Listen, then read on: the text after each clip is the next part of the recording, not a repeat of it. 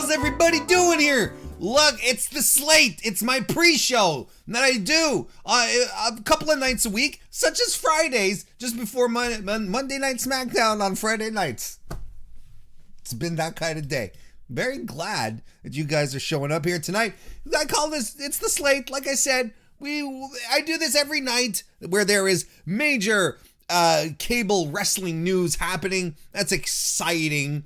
And here I am, jumping in to talk about WWE SmackDown tonight. My Santa hat looks a little weird right here on youtube.com/MrWarrenHayes. I think it's better if the dangly bits dangle this way. There's a quote for you. Hey, thank you everyone for joining me this evening right here, youtube.com/MrWarrenHayes. Like I was saying, I do these live 3 nights a week. I did it 4 nights this week because of Impact, the Impact AEW stuff this week. But it was a uniquely special moment. It was something a little out of the ordinary, a little swervy swerve. Wouldn't want to say that I was pressured into it, but hey. It's good stuff. I'm glad you guys are here. I'm glad there's people here in the live chat joining me, getting ready to maybe watch SmackDown or not. Like Brian Payne. Hello, Brian. Good to see you. Cody Fosterling as well. Hello. Wrestling Jeebus, our pal Mark. How are you? Good to see you as well.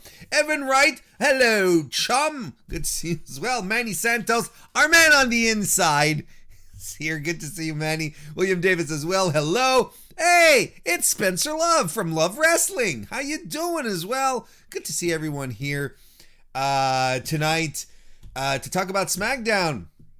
And Evan Wright, and Aaron Entertainment. Hello. Evan Wright, straight out of the gate, leaves us a super chat. Says, and by the way, thank you very much. Says, screw SmackDown. Tell me about Hiromu Desperado. Right? Oh, and this is, and okay. So, Hiromu Takahashi and El Desperado, finals of the Best of the Super Juniors championship, the Best of the Super Juniors tournament. Best of the Super Juniors tournament that ended on today's or last night's show, depending on where you are in the world, in New Japan, with, should I spoil it? I'm not going to spoil it. Well, despite the fact, but it's it was a fantastic match, and I got home, cooked myself some food. Like, okay, I'm gonna relax. I had a really, really big day, and I've got another big day ahead of me tomorrow. So I was like, okay, and I said, I'll watch Hiromu and Despy. There's a lot of people have been raving about it online. I'll go take a look, and oh my god, it's so good. It's so good. It's so good. And I'm watching it. I'm watching Hiromu Takahashi reverse out of a stretch muffler into a destroyer. I'm watching these two guys slap the shit out of each other. I'm watching El Desperado giving us one of the best sports-centric in-ring stories that I have seen in a long time. And I'm like, I have to watch. I'm setting myself up for failure in regards to SmackDown. Like, that should have been the opposite. And I should have flipped it around and watch it after SmackDown, sort of like to palate cleanse or whatever, sort of like reset everything. It's like, well, okay, I just watched SmackDown now. Let's go and watch something really good. Now I watch something really good. Now my expectations are like, because the match is really good, guys. It's one of my favorite matches this year. It was phenomenal. Absolutely phenomenal. As Mark says in the chat, epic is the word I think we should be using here. DGMC is here as well. Good to see you, DGMC. So let's talk about WWE SmackDown tonight. We have a couple of things on the slate. Not much has been announced. No, just one or two things. We have SmackDown Tag Team Champion Montez Ford, one half of the Street Profits, taking on Dolph Ziggler. Yes. That's something. Yes. I mean, like technically speaking, Dolph Ziggler should beat Montez Ford in a singles match. Right? I still believe in the power of tag team wrestling. I really do. Even if it is in WWE. I don't think two singles wrestlers should win matches over a legitimate tag team that is partnered and has been doing this for years. That doesn't make sense to me. Opposite is true. I think a tag team specialist in a singles match should have a harder time and shouldn't, or at least if not winning, right? You should have a harder time to defeat the singles guy. So technically speaking, Dolph should go here. But I mean, this is the rinse and repeat cycle that WWE does with its tag teams because they don't have any. You're going to have 1 week you're going to have the challengers to be defeat the champions, which is what happened. Which is what happened when Ziggler and Rude defeated the Street Profits in a non-title match. And then they're going to say, "Oh, well, this week these two singles guys, these two guys from the tag teams are going to fight. And then next week we're going to get Bobby Roode versus Angelo Dawkins, because that's the rinse and repeat cycle that they do, because that's what tag team wrestling is in WWE now. It's nothing. It's absolutely nothing." I'm just reading the copy here on WWE.com. It says, "Will Ziggler continue to build momentum? Almighty momentum! Will Dolph Ziggler continue to build momentum for his tandem toward a future title opportunity? Or will Ford deliver his gravity-defying splash from the top rope to ground the would-be challenger's title's aspirations?" Well, of course Montez is going to hit a frog splash. What are you talking about? Nonsense. But Dolph needs that momentum. Oh, thank you. What?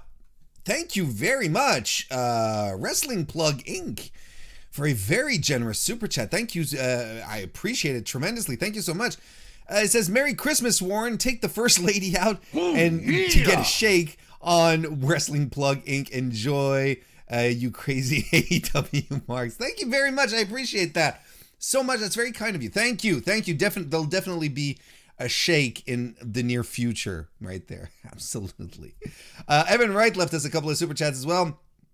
First super chat, thank you again. Evan says, "Kenny on Impact next week. Tuesday slate return. We'll see." I know what you're doing, Evan, though. Like, you're sending these super chats in so that I can talk about anything other than SmackDown. I see what you're up to, man. I see how that goes. See, look at what you're doing with this other super chat here.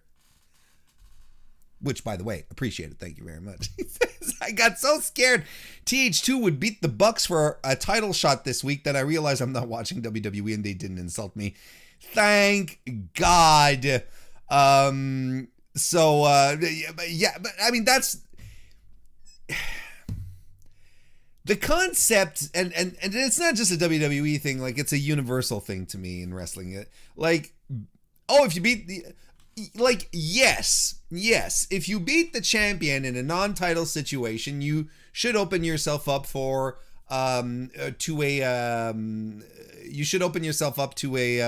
receive a title shot, right? Like, we see that in New Japan, and they lean into that sometimes. Like, well, X pinned Y champion, so X gets a title shot afterwards. It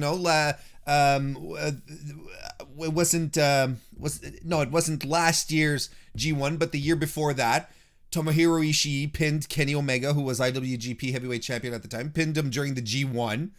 Well, Ishii got a title shot on the Road 2 shows afterward.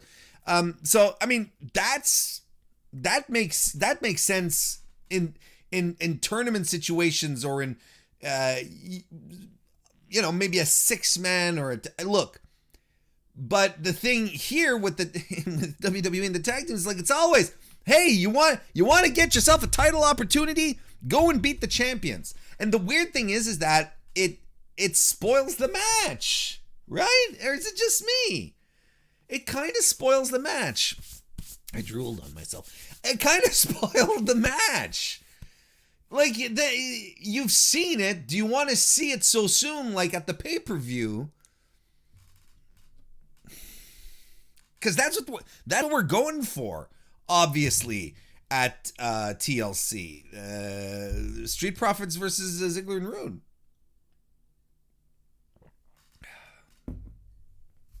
Such a weird one. Anyway.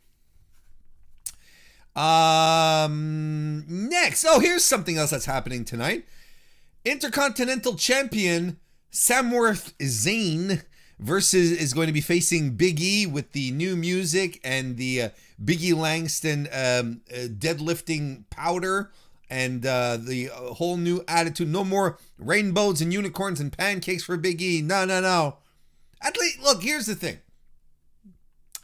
I've been talking a lot about, I was like cocaine. That's why I was talking about the powder. It's like I didn't want to insinuate anything. Don't want to start slandering people on my podcasts. Then unless it's Goldberg, we can slander all we want there. I'm kidding. Yeah. So basically, here's the thing. I'm happy that despite feeling the need to change Big E's presentation, they didn't like flip him completely and make him like very, very serious, like very, very Big E Langston. Like when back in NXT, for instance, where he was all about kicking ass kind of thing. Now there's something more of now Big E is more, he still has his personality, but maybe I don't know, is a little more focused. At least they're not taking the charm from Big E, because he got himself over on the strength of a personality, and I don't think you'd need to rework that, to make it to make a future title run seem credible or plausible. So that's it. My point is that I'm glad that they haven't done a complete 180 on him. So that's good. What does the copy read here? Let's read it together, shall we? 2 weeks ago, Big E showed Sami Zayn just how painful a 10 count can be with an excruciating handshake that the Intercontinental Champion claims caused him injury. And after mixing it up in the historic 6-man tag team tribute match to honor Pat Patterson last week, Big E will look to score a victory over the outspoken Zayn and put himself in line for a possible future opportunity to reclaim the Workhorse title. So, rinse and repeat. It's the same cycle. Have the champion fight the challenger, and if the challenger wins, he gets a title shot. I don't know. Here's the thing, is that this will probably not suck. Sami Zayn and Big E, there's good things that can come out of this. Two extremely strong personalities, and I think they can, and creative guys. I mean, I don't think it'll be a bad match. Just wondering if it's a match we want at this stage. You know what I mean? I don't know. I honestly don't know. Let's see. Super chats. Evan Wright. Again, thank you very much, Evan. Very kind of you tonight. He says, how long till they send Big E to the PC to train? Oh, should we talk about this? We got 15 minutes left and we only have one shit segment to talk about. Why not? But first, Injection 2K, welcome to the chat, and also left us a super chat. Thank you very much. He says, so are we going to talk about Goldberg?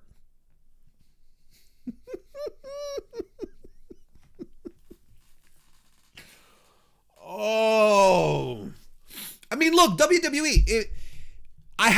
If you guys, if you previewed more matches and set more things up ahead of time, you wouldn't have to swerve into these side discussions that are somewhat embarrassing for you.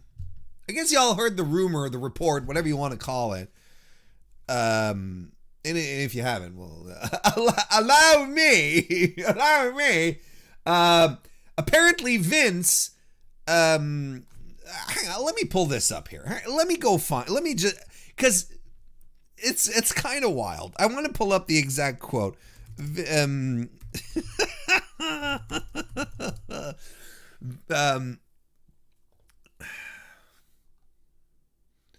Okay, so this is from PW Insider.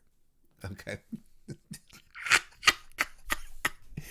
Vince McMahon, proprietor and promoter, wrestling magnate, is basically saying that there are a number of WWE talents. He said he wants a number of WWE talents to work on refining and improving their in-ring skills. Yeah. And it's supposed to be a Vince McMahon edict, right? The PW Insider report confirms, and this is Mike Johnson, by the way, who's reporting it. So I doubt it's full of shit. But the PW Insider can confirm that Dabba-Kato, Dio Madden, AJ Styles' bodyguard, I always want to call him Osmosis, and I think it would be a much better name, Omos, and Otis, and fucking Keith Lee need to go and they need to go to refine and improve. Keith Lee needs to improve his in-ring work.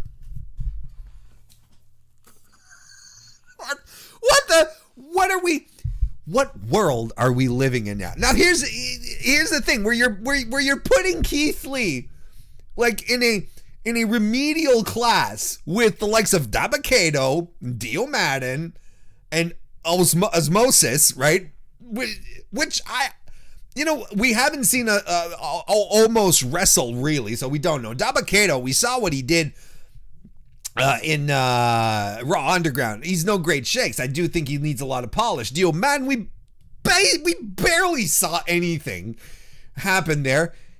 Otis has always been a tag team guy. He's always been a tag team guy. He's the guy who comes in and gets the hot pin, the hot tag. That's what he does. But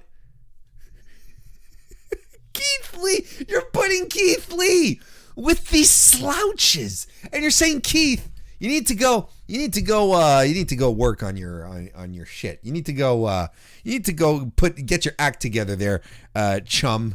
We don't know if you're ready for us.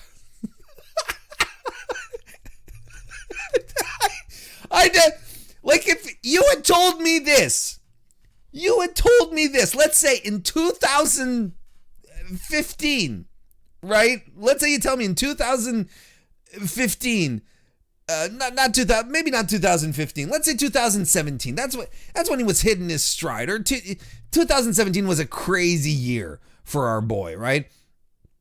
Keith Lee. You say, and you tell me, it's like, Keith Lee in 3 years he's going to be on the main roster in WWE, and Vince is going to tell him, you got to go polish yourself. You got to go work on your act. You got to go make better wrestling things, Keith. I'm straight out laughing at you. I'm like, you're a moron. And look at where we are today. Oh, yeah. Look at this absolute pile of trash news of Keith.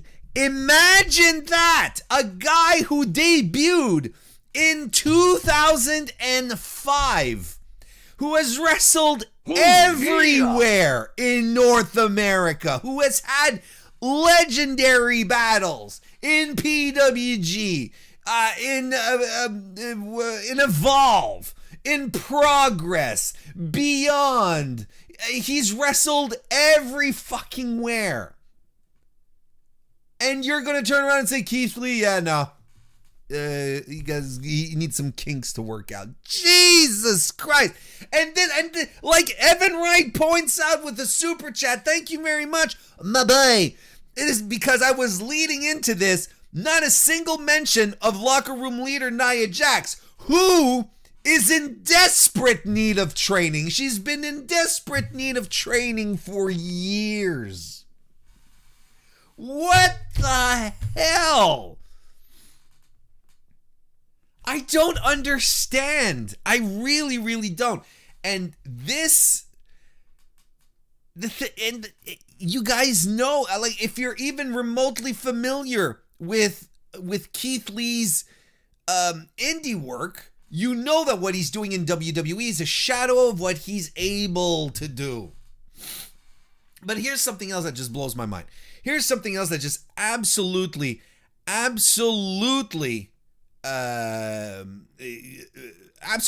to blow my mind. That absolutely blows my mind. Why call him up in the first place? Why call up Dio Madden, Dabba-Kato? If they're not ready, why call them up in the first place? If anything here, if there's a silver lining to this mind-blowing decision by Vince, if there's any silver lining, maybe that means NXT's going to get Keith Lee back, and frankly, that's where he'll shine. That's where they'll let him be himself. Take off the fucking singlet and let the muffin top hang out, because that's what it is. Frankly, I don't understand.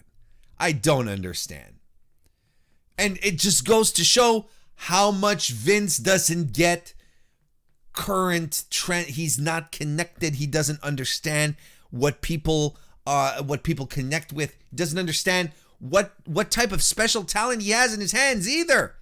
Remember, this is the same company that's sitting on Ricochet and Mustafa Ali. It's the exact same people who have decided to make Dominic Dijak, a dude with a mask in his shitty gimmick. Like, but hey, fuck yeah, let's bring back Goldberg though.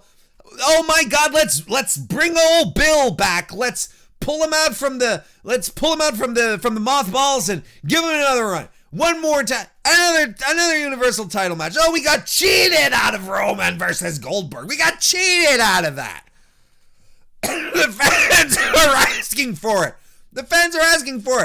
Haven't you heard in the Thunderdome the Goldberg chants? Just ask Kevin Dunn to press the button, and you're gonna get the Goldberg chants. Jesus fucking Christ! And again, that's right, Aleister Black on top of that. You've got fucking Tommy End on your roster when he had he had the winginess record of the year. Where is he? What are you doing? Aleister, you're gonna have to go and train a little more, motherfucker. It's insane to me. But no, let's bring fucking Goldberg back though.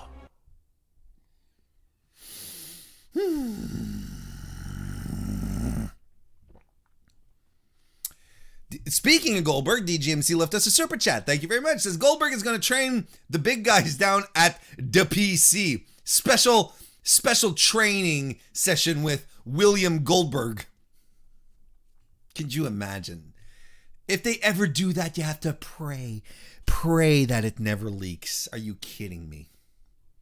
Injection 2K left us a super chat as well. Thank you again, Injection 2K. Appreciate it. Says, I found something else for you to talk about for SmackDown. Montez is going one-on-one against Ziggler. We've covered that. Also, Carmella and Sasha are going face-to-face. Oh, no. Injection 2K. They are not going face-to-face. And yes, I'm going to talk about it. I just haven't gotten around to it yet. They are not going face to face. They are having a contract signing. They are signing a contract.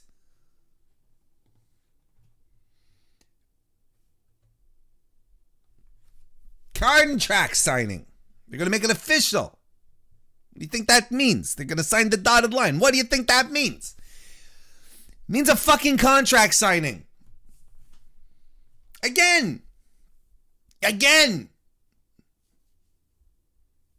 What do contract signings mean? And how does this match, if anything, Sasha versus Bayley warrants a contract signing because it is a legitimately big match? Mr. Fantastic, how you doing? Welcome to the chat. Just saw you there. At least that's a big time match. Carmella has done shitballs since returning. I'm super curious. I've told you guys this before. Very, very curious. Very excited even to see what she can do in the ring now. How she's improved. I'm really curious to see that. But it's not a big time match. It's not a feud that requires this gravitas around it. And it's another contract signing. Like, who cares? Who cares? And you know I should actually make, and I say could be any of us, a contract signing bingo card. Look, join the MrWarrenHayes Discord, and let's talk about doing a contract signing bingo card. And we'll brainstorm it, we'll come up with it, we'll do it, and then we'll pass it around whenever there's a contract signing. And I swear you'll get a bingo every time, because it's always the same goddamn garbage. So, I love Sasha, I love Carmella, don't get me wrong. Carmella hasn't been doing anything outside of interviews and attacking Sasha, so this is forced heat, forced hype. There's nothing exciting about this. I'm not like, ooh, I'm excited to see these two. Just, I don't know. This has been lacking something here. Injection 2K left us another super chat. Thank you very much, Injection 2K. I appreciate it. Says, here's good news. Kenny will face Janela this week. Is that who he's facing on? He's going to be back on Impact on Tuesday. And is that who he's going to be fighting on Wednesday night? Okay. Listen, the Janela Omega match that happened last year on an episode of Dark, like the ladders match, it was a ladder match or a no DQ. It ruled. It was really, really good. It ruled. So, sure, why not? The lights out match, exactly. It ruled. It was good. It was really, really fun. So if they, if Janela's not just there to take a quick dive, we could probably get something that'll make us go, kind of thing. Anyway, let's hope our evening is let's just hope that our evening is not too overwhelmed with Bill Goldberg. Poor Keith Lee and poor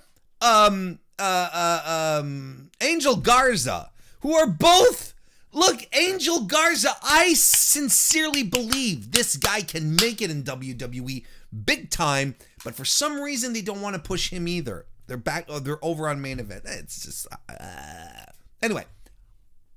Look, I'm excited to see Sami Zayn and Big E because they're two good wrestlers, very creative stuff. The rest is a big pass from me, but hey, we'll settle in, we'll look. There's still Roman Reigns stuff happening, so Kevin Owens, I'm into that. Two wrestlers that I really like that I think can work really, really well together. There you have it. Tomorrow's the Super J Cup. Tomorrow is AAA.